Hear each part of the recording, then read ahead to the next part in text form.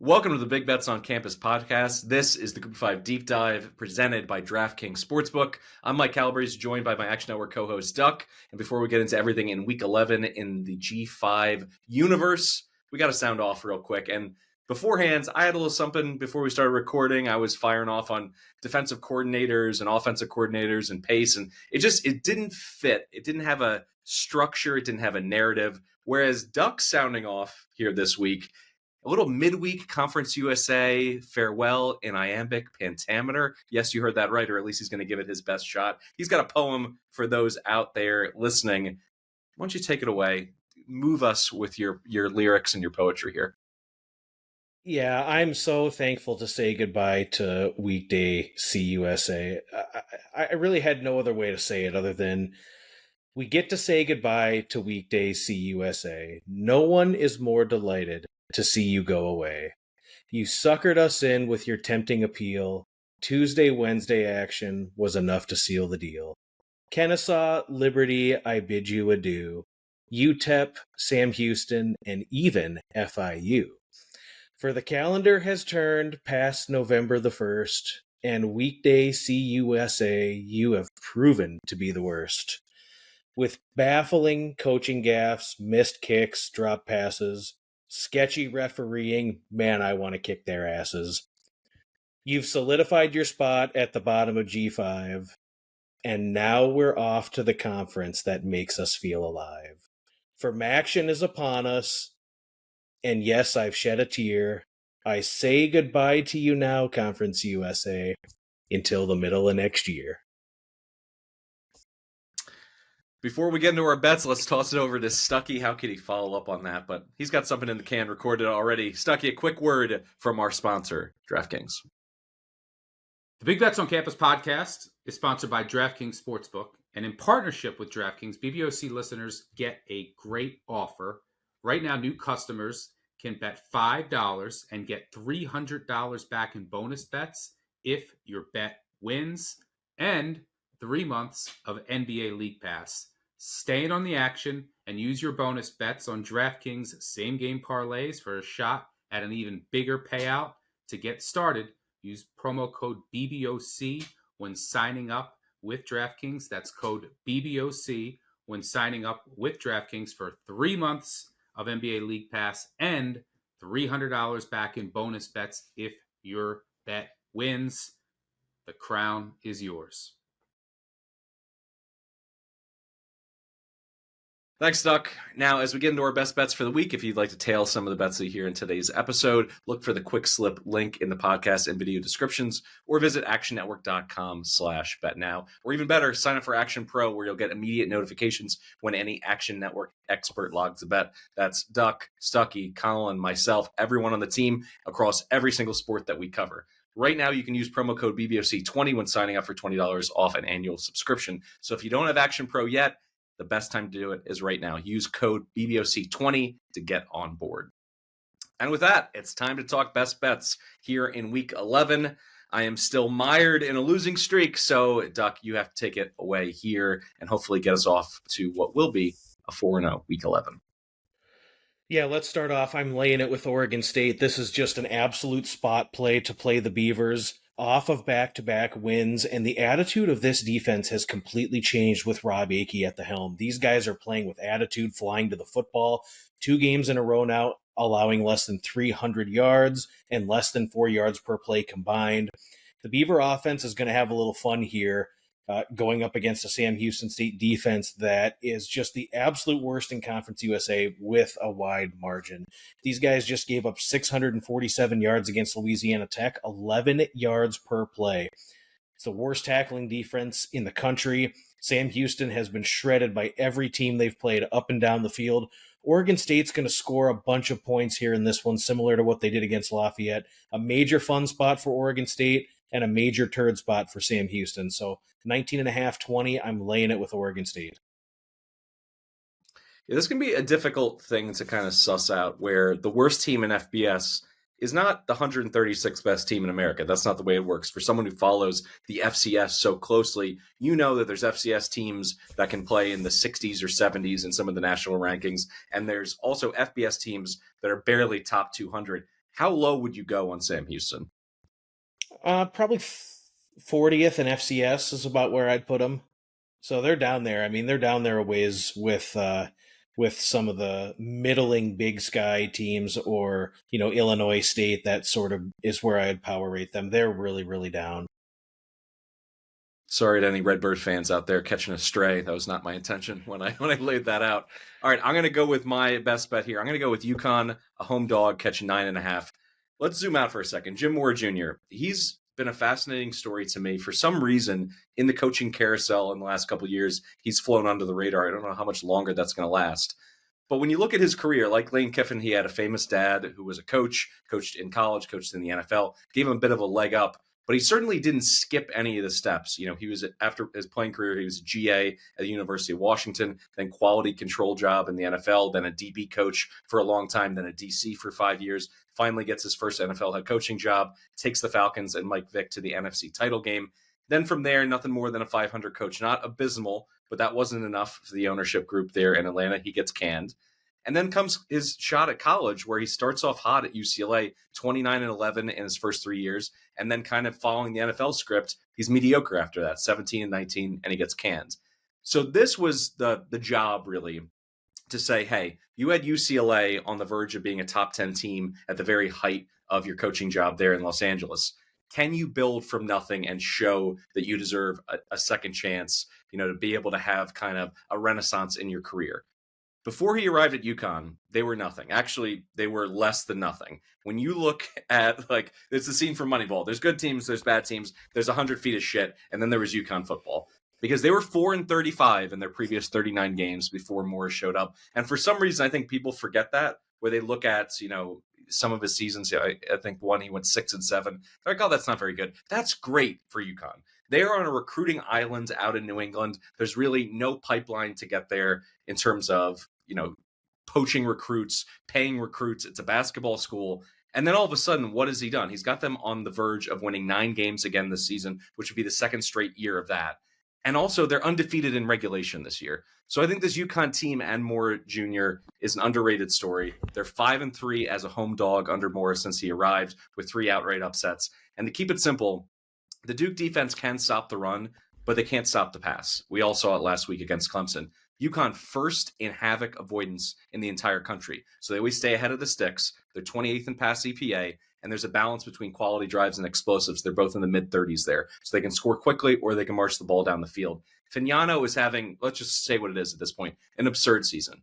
He's approaching 70% completion rate, 22 touchdowns, 0 interceptions, last 4 games, 15 passing touchdowns. Duke has trouble on the back end. They were never able to replace Moore, who struggled to come back from that ACL injury in the bowl game. They've really missed him. Good luck slowing down Skylar Bell in this game. He's on pace for 100 receptions, 1,300 yards, 15 TDs. He's a problem. He's going to be an NFL draft pick. The other side of this is simple, and it's the reason I'm not on the UConn money line. Can the Huskies get any stops? I think they can offer some resistance. If you look at it, I know that Mensa has been absolutely cooking lately, but almost every single grade from a secondary perspective for UConn is better than Clemson, which is kind of weird to say here in the year of our Lord 2025. But I think it's going to be more difficult for Mensa to throw the ball downfield than it was last week in Death Valley. And speaking of, this is a classic letdown game for Duke. They just beat Clemson. They got UConn in a sandwich spot, then Virginia on deck, all with a shot to play in the ACC title game if they win out and everything shakes out in their favor. So I think this is a look past it. I'd love to get 10, but I'm not going to keep my money on the sidelines. I'm going to go ahead with the Huskies plus 9.5 as a home dog. All right, I'm going to kick it to you for your second best bet here in Week 11, Duck. Yeah, and I like that UConn spot too. I mean, it's real hard to imagine Duke is showing up for anything more than just, middling effort here off that big win, and has no bearing on the conference. So I really like that one. All right, next one for me is Thursday night. South Florida team total over 41.5. The home road splits for UTSA are staggering this year. And while they did give a spirited effort against Tulane and they were able to defend the Alamo Dome, I do not see this defense being able to pin down one of the elite G5 offenses that we've seen this season. UTSA only has 6 sacks this year in league play. Really weak in the defensive line are the Roadrunners, one of the worst pass rushes in the entire conference. And this is the perfect opponent situationally and matchup scheme-wise for South Florida to really put up a monster point total against. UTSA has given up over 1,000 combined yards the last 2 weeks, over 7 yards of play. They're not going to be able to stop the run here.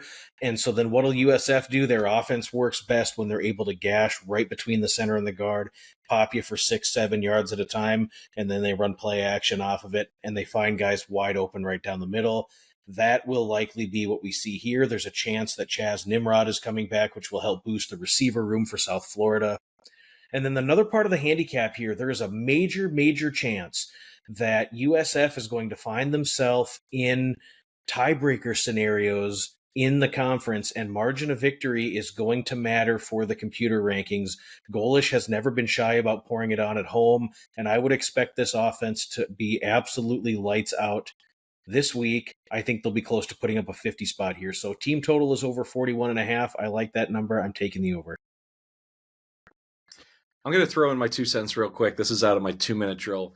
I like the Roadrunners. If they can get to 14, I'll take it plus 13.5.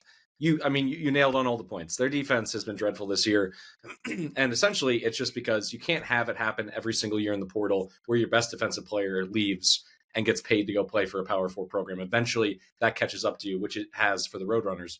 But offensively, they're looking unstoppable. I mean, McCown played this trick exactly last year where he got red hot at the end of the year. The difference is this time around, Robert Henry, William Henderson III, it gives them offensive balance. And when you look at South Florida, they're one of the worst tackling teams in the entire country. And if UTSA is successful in balancing the run and the pass, there's going to be a lot of one-on-one scenarios. They're not going to be able to stack the box to stop Robert Henry. And McCown has been so accurate. I think he completed his first 20-something passes in the last game, getting people open in space. I think there's a potential for this to be an absolute insane track meet of a game that's played in the 80s, if not 90s. So I'm going to take the points and hang around. But I also like your South Florida play because I can't point to a single thing, either metrically or having watched multiple UTSA games this year. I have no faith in the defense. Jess Lepp, their defensive coordinator, is somebody that I believe in. He just doesn't have the horses. And there's nowhere to hide against a South Florida offense that's going to spread you out and put your defenders on island. So I just want to throw that out there before I get to my second best bet. All right, let's go to Southern Miss laying 4.5. Let's roll back the tape, though, for a second. We banged the drum for Southern Miss, 40-1 to win the belt, 30-1 to win the belt, 25-1 to win the belt. Still a good number there back in August. You know where they are today? Plus 310. They're the second favorite to win this conference, and with good reason. The offense is really playing at a consistent level because Braxton now has a running game. He's getting Pittman back, by the way, in the fold, who was running the ball so efficiently before he got injured. Huff says that he's going to be carrying the rock on Saturday. That is great news for this Eagles offense. This is key because Arkansas State is pretty good against the run, at least by Sun Belt standards, but they're substandard against the pass across the board, including a really weak pass rush. So if you have balance and you make them defend both, you're going to be able to move the football.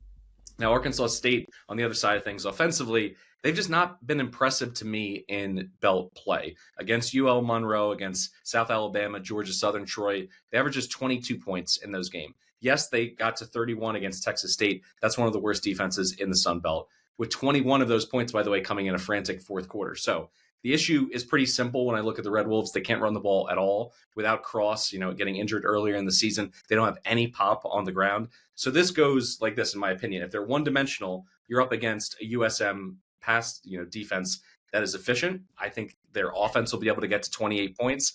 I think this is an opportunity to take them down because when you look at the metrics for the Eagles, they're ninth across the board, ninth in these rankings. Passing success rate D, pass rush, and pass EPA. They're also 15th in Havoc. So I think this is playing right into their hands. And Rainier, by the way, is a quarterback that always gives defenders an opportunity to get an interception. He's that Oprah meme. You get one, everybody gets an interception. He has 17 turnover-worthy plays this year. That's the most in the G5. So I'll go ahead and lay this. This number has moved down a little bit. I liked it all the way up to the edge of a full touchdown, laying 6.5, but 4.5, I'm going to go ahead and grab it. The team that I believed in long before the season started. The secret's out on them, but I don't think the gambling public has caught up. All right, Duck, take us into the 4-minute offense. We got a big one in the American between Memphis and Tulane. Yeah, and Tulane was just flat out embarrassed last week on the road in that hostile Alamo Dome environment, and really they had it coming to them. The Green Wave have been so fortunate this season, benefiting from turnover luck and opponent mistakes. I felt like they've been playing with fire. Close wins against South Alabama, ECU, and Army were really indicative, in my opinion, of a football team that just really is not as good as their record shows. It sounds like Brendan Lewis is a full go at practice this week, and he'll be ready for this one for Memphis. He's really going to be big in the run game, which has been really effective this season for the Tigers. Tulane bottom 30 in FBS in defensive rush play success rate and EPA per rush surrendered. And I just don't think Tulane is going to be able to move the ball here against the Memphis front. Memphis is fourth defensively in EPA per rush allowed. Just not going to be much here for Tulane on the ground. Now you're going to ask Jake Retzlaff to make plays with his arm on the road against one of the better graded coverage units in this conference. I just don't think he's that good of a passer. I think Retzlaff, he's kind of fun to watch. He runs around a little bit back there, but 5 big-time throws, 12 turnover-worthy plays this season for Retzlaff, and he just does not connect on the deep shots. When you look at what they do and when they throw the ball deep, he is just not connecting on those deep shots this season for Tulane. The Memphis front is really good at providing pressure to the opposing quarterbacks. Even though the sack numbers haven't been there for Memphis, I think this defense is able to control the line of scrimmage against Tulane, make the wave uncomfortable. They're going to force Tulane into passing situations. Tulane's not going to line up and run the football. So there's going to be a lot put on the arm of Jake Retzlaff. I think that spells trouble. I think Memphis is better in all 3 phases here, offense, defense, and special teams. They have a real opportunity to really take pole position in the American. I think they win this game. I laid the 6 here with the Tigers. Do you put any stock in this, or do you potentially go from a play to keeping your money on the sideline? This coaching carousel this year is insane. Summerall is clearly, unless he loses out this year or they fall apart or there's some kind of vetting process that shows a major skeleton in his closet, he's getting one of these jobs. Either one of the big jobs or kind of a domino effect where another Power 4 job comes open because somebody hops up. He's going to be a lot richer come next year. Does that factor in for you at all in terms of, we often see it in the autopsy of a game where it's like, man, that team came out flat. And then, 24 hours later, their coach is out the door. They're not prepping for it. They're going through the motions. Their head is in a different place. All these things that we learn after the fact. Do you put that in to any of your handicaps? Consider it at all with, there's so many coaches. I just talked about Duke. Manny Diaz is certainly on the radar for Penn State, but at least in terms of his preparation for the Clemson game, didn't impact it at all. So just some things to consider, but I wanted to kind of hear your preparation style and if it ever makes it onto your sheet. I think it would be foolish not to at least factor the fact that his name's being thrown out there, that he is potentially being contacted by other administrations. And anytime that anybody at any employer is looking for a new job or is approached about possibly changing employers, there's some level that it affects you as an employee. And I'm led to believe that in coaching, there's no difference, where you are being contacted about trying to possibly go somewhere else. They're going to talk money with you. You're going to get a significant pay raise. It absolutely will affect him. So I don't know necessarily if it's going to be, the end all be all as to why they may not play well, but we have seen it time and time again with coaches who finally get their name, kind of the buzz around them getting jobs, and we absolutely see it affect those teams. So I wouldn't be surprised here if that's the case. It's time now for our G5 Underdog Moneyline Parlay, presented by DraftKings. Great call last week, Duck, on Coastal. You're 100% right. Their switch at quarterback has made them a live dog basically in every game moving forward this season. We'll see how quickly the market reacts to that. We could have hit the Underdog Parlay if Air Force had pulled it out, losing at the buzzer. I got to give credit to Army, though. They played like they were an underdog. They were taking deep shots. They were doing things on 4th down, being aggressive, particularly at the end of that game. A lot of coaches, after turning the ball over, blowing the lead late, would not have turned around and gone for it on 4th down again at midfield. But that's why Army has a great coaching staff. Talk about, Munkin, someone who I'm shocked has not been offered a better job over the years. Maybe he has, and he just has an affinity for West Point and he wants to stay there for the rest of his career. That could certainly be the case. But they pull it out. They ruin the parlay for us. So let's get it started first with your pick. You're hot. Tell me what you got this week. I really like Tulsa plus 150, best numbers over at DK. FAU has just shown me nothing that makes me believe that they are capable of stopping any of their opponents. And this offense is just so jerky at times. It requires fourth down conversions, and they are so heavily reliant on Easton Messer to move the ball. If Messer and Veltkamp are not connecting, or if they fail on fourth down, they set their opponents up big time with short fields, and it is just really high variance, high risk, high reward. Now, that can be real trouble in some of these coin flip type of games. Tulsa has played pretty good football in recent. They hung in there with ECU for a while. They took a much improved Temple squad to the wire. I really like what I've seen from Baylor Hayes the last 2 weeks, 550 yards, 5 touchdowns, 0 interceptions. The kicker for me is FAU's red zone efficiency has been horrific this season. The empty trips and kicking field goals, that's not going to get it done here against Tulsa, and the Golden Hurricane will definitely make you pay. So I like how this team has matured week to week. I think Trey Lamb is starting to get some things figured out with this group, and I think they go out there and win this game on the field. So I'm getting a little bit of extra candy here. I'll take it. All right, for my side of this, I'm going with another true coin flip at plus 105 on the market, and that's Jacksonville State up against UTEP. I mean, UTEP, where is the love in the market coming for this UTEP team? They're 1-3 in CUSA play. All 3 losses, by the way, by double digits. Yes, Locklear is an upgrade at quarterback, but he's only a real difference maker if he's consistently doing it with his legs. He's not accurate enough downfield to pose any real threat there. And Jacksonville State has done a nice job of containing mobile quarterbacks this year. Hunter Watson, Ethan Basco, both Central Florida quarterbacks in the opener. They can contain, they can spy, they can limit his improvisational moments. I think, when the plays break down. And if he's not hitting those and getting to, let's call it 60 rushing yards, I don't really see where it's coming from with this UTEP offense. And then on the other side, can this UTEP defense stop this run game? And there's some things that would lead you to believe that they can. They tackle well. They have a strong stuff rate. They're 16th in the country there. They only have one issue, though, and it's giving up big plays. 106 in ground explosives allowed. That's why they lost to Monroe. They gave up 250 on the ground in that game, including a 40-yard touchdown, I think it was to McReynolds, and a 72-yard run to the backup running back. That blew that game wide open for them.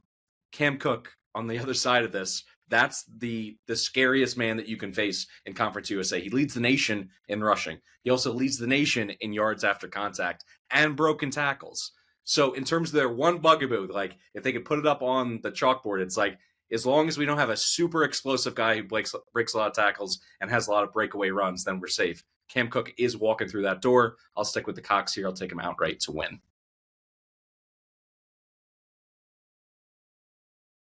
All right, that was our Moneyline Parlay presented by DraftKings. Check out the Parlay Express account in the free award-winning Action Network app where we will be posting the G5 Moneyline Parlay. You'll also find a bunch of other long shots and parlays in there as well.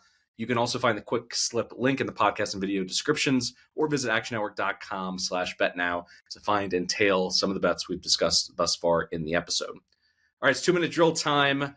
I will go second. I already gave out my thoughts on the Roadrunners catching points against South Florida. Walk me through your FCS leans here, Duck. Yeah, South Dakota State, massive G5 rivalry between two proud FCS programs, USD and South Dakota State. These two teams do not like each other, and the series has pretty well been dominated by the Jacks.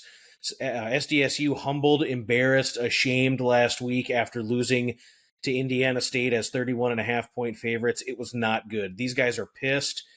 Dan Jackson is challenging his team this week. I would expect a much more crisp performance, much better situational execution.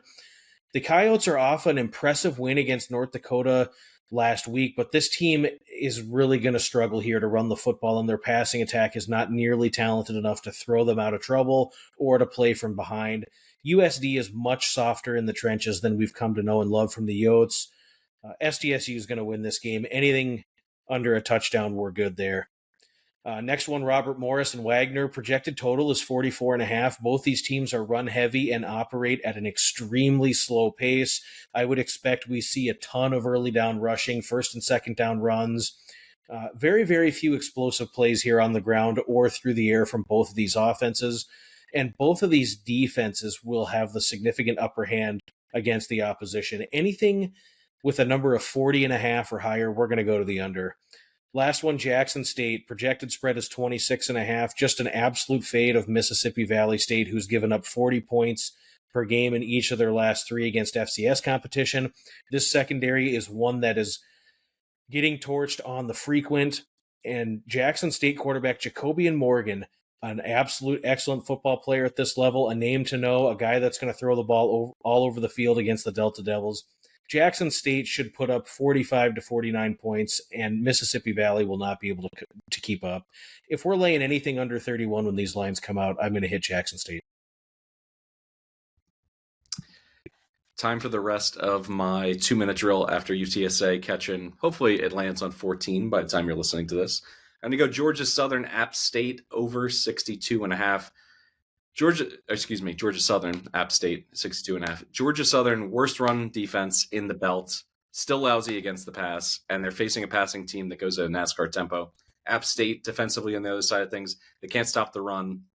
You know, when you look at some of the momentum of these other Sun Belt teams, the metrics may say that they're decent against the run. I question that a little bit. I think more of it has to do with game flow, but they're completely lost in every sense of the word on the back end when it comes to pass defense. 105th in coverage, 121st in aerial explosives allowed. And last week in the Georgia Southern Arkansas State game, the total, as you know, Duck, 59.5. Final score, 34-24 Red Wolves. That game included an interception in the end zone, not 1, not 2, but 3 field goals from inside opponent's 10-yard line, and over 800 yards of total offense. If that game had gone over, as it should, the Eagles would be 7-1 to overs in their games this year. So, I mean, their games are clearing by an average of 6.8 points per game. That's the best, or excuse me, the 8th best in the G5 this year in terms of overs. So I think this one is due. I think it's off by about 3 or 4 points. There's some key numbers, if you focus in on that, with totals that it's going to clear. So I think this will be played closer to 70. All right, let's finish it off with a little bit of balance, which is an under here between Temple and Army, under 46.5. Listen, Air Force and Navy have reimagined what a service academy offense can be in terms of explosiveness, in terms of run-pass balance, in terms of formational variety, going to shotgun, going to pistol. Army is still good old Army when it comes to the triple option, which I love. And when you look at it, the last 5 weeks, their games have averaged a total of 37 points. They come in, they've hit 6 of the last 7 unders, and Temple likes to play slow. It's a perfect dance partner for this game to have limited possessions, to have those long drives, some real under porn. Temple 110th in plays per game, 118th in seconds between plays. Army's offensive explosiveness completely out the window this year, 87th. Temple's offense, by the way, looked a little bit broken at home against East Carolina. I know we love Casey Keeler on this program. He's done an incredible job in North Philly. But at this point, the offense is stuck in the mud just a little bit, and having a game where you could have the ball punted and not get it back for 8 or 9 minutes is not the recipe to start getting into an offensive rhythm. This is also Temple's second look at an option offense this year. Could we get an emotional letdown? Final piece here. Army just beat Air Force, traveling across the country. They come back here. I don't know. I think there's an opportunity for there to be at least one scoreless quarter in this game with 2 teams that are kind of looking for momentum to get started. It's going to be a beautiful day at Mikey Stadium on the Hudson River. It's a great game to go 17-10, 17-13. I was surprised to see it in the mid-40s. I play it down to 44.5. Any thoughts there on the end? I know you played a lot of Temple football this year. Against Navy is a game they should have won. They gave up a lot of points in yardage, but I think that's more a testament to Navy's explosiveness and veteran quarterback than it is to Temple's inability to potentially step up against a triple option offense. Yeah, and I think the emotional letdown is real, and I think it's interesting, Army coming off playing Air Force. There's something to be said about when service academies play each other. I think this is a game Temple can win. I think Temple can go out there with Evan Simon, throw it around on that Army secondary, and I think Temple is live to win the game. Should be a fun game. I think, Georgia Southern, App State, hated rivals from back in the FCS days. 2 schools that don't like each other, and we should see a ton of points here as long as that game goes according to plan and we don't have any of the goofy stuff, which we shouldn't have because Arkansas State's not playing in it. So we should be according to plan there, and we should have tons of points with Georgia Southern and App State. I like that over. Speaking of an emotional letdown, here we are, the Tug-Of-War we've been doing all season long. I'm at your 5-yard line. I let you pick between Vandy and Texas. You take Diego away from me, but everything was going right. I was cruising. I was going to win this thing, and then end up getting a push with some backdoor scoring there at the end. Plenty of people cash tickets. I believe it closed at 3.5 for some people out there. So fantastic for Diego and his backers. Fantastic for you. You got second life here. I have this feeling that I'm right here on the doorstep, and not being able to punch it in may haunt me. But we are going to go to the islands for a team that I loved in the preseason. They've certainly brought me a lot of gambling joy over the years. That's the Hawaii Rainbow Warriors. I'm going to take them plus 6.5 against San Diego State. And I'm going to make my case real quick here. I got a quarterback that I believe in as a home dog. I like that combination. Micah Alejado has fought through injuries, and now that he's healthy, he's looked absolutely electric.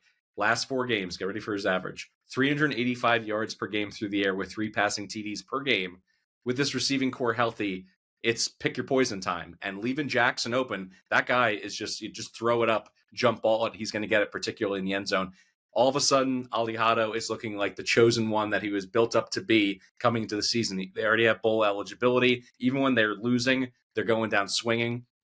So I look at this, too, on the other side of things. I figure you're going to bring all of San Diego State's bona fides on the defensive side of the ball. They got the best defense in the G5. Well, let's look at some of these teams that they've been playing. Northern Illinois, Colorado State, Nevada, Fresno, Wyoming. Not a murderer's row. PFF offensive ranking for the Huskies, NIU, 128th. Colorado State, 113th. Then they fire their head coach. Nevada, 123rd. Fresno had to start a kid in his very first FBS start. Now, granted, I think he's pretty good coming up from the FCS ranks, but he looks a little bit overwhelmed. And then Wyoming, 120th in PFF offensive rank. So I'm going to pay to see it, to see this defense absolutely shut down, the run and shoot offense that Timmy Chang has reinstated in its fullness. It's back to being a fun brand of football to watch. I mean, for years, it was like just they didn't have the right pieces, or if the quarterback worked, the offensive line was Swiss cheese. Everything is there. I think it's going to be difficult for San Diego State to maintain their level of play on the defensive side of the ball. I think they've overachieved. And listen, that's credit to them. You can only play who's on your schedule. They've beaten the hell out of these teams lately, but I don't think that that's necessarily prepared them for what they're going to see in the Pacific. But you're on the Aztecs, so this is your opportunity. This is your last stand. You got to bow your neck. You did last week. Let's see if you can do it again. Yeah, and I looked at Hawaii's prowess offensively in recent weeks, and I kind of looked at it the same way you did with San Diego State's defense. What defenses have they shredded? Air Force, Utah State, Colorado State, and San Jose State are all really, really bad Mountain West defenses. These guys from San Diego State, the best defense in the conference, top tackling team, top coverage team, solid at stopping the run. They have allowed 7.5 points the last 6 weeks per game. They're just, nobody's scoring on them. They're forcing turnovers. They're getting to the quarterback. Hawaii has struggled at times with protecting Alejado and with sacks and negative plays.